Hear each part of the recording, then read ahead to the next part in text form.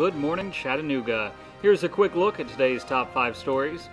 First of all, with a new mayor, city council, and city department heads, the leadership of Chattanooga's City Hall changes today as much as any time in modern history. In the last 2 weeks, Andy Berke announced plans to oust 18 top department managers at City Hall who served in the Littlefield administration.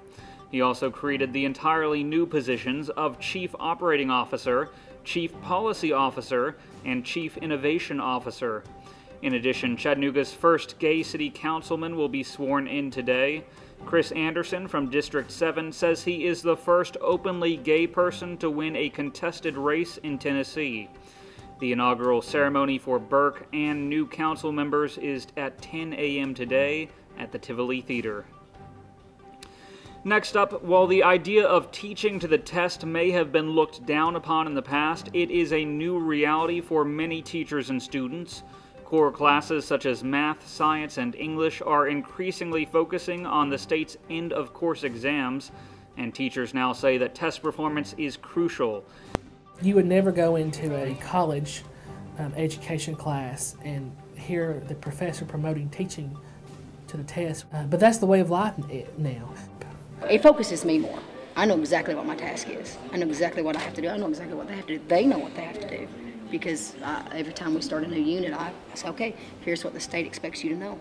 There are pros and cons to teaching to the test, but I will tell you this for myself. It's narrowed it down for me. What is it that are the most important things that these kids should be able to do when they leave here? So that's helped me. It's actually helped me form my own curriculum. But the disadvantage is it's put me in this little box, so to speak. So there are lots of creative things that I'd like to do that I never get time to do. Years ago when we first started testing with just the gateway, don't teach the test. But now it's, you better teach the test if you're going to have a job. New state standards require that end-of-course exams count for 25% of a student's final grade.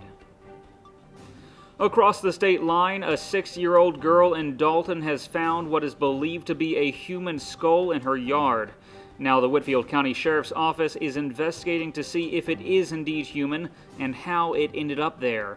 Jeff Stevens believes his dog might have dragged it into the yard from the woods or a nearby cemetery. And I've killed a little bit of everything there is, and there ain't no skull I've ever seen that looked like that except a human, just seeing pictures and stuff. Detectives scoured the forest for any other remains, but came up empty-handed. It was pretty positive that it was a human skull also, but they'd have to send it off to the crime lab. So I hope it's not someone that's been murdered or something.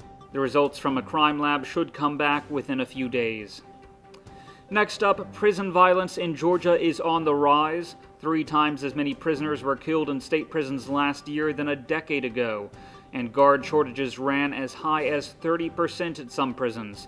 That's all against a backdrop of growing gang influence and prisoner overcrowding fed by the closure of 7 prisons in the state in 5 years.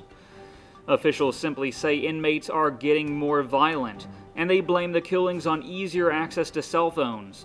Georgia recorded more than 10% of prisoner deaths in the nation in 2010, and since then 26 more inmates have died. In fact, the Southern Center for Human Rights calls the upward trend in gang rapes, prisoner assaults, and torture alarming.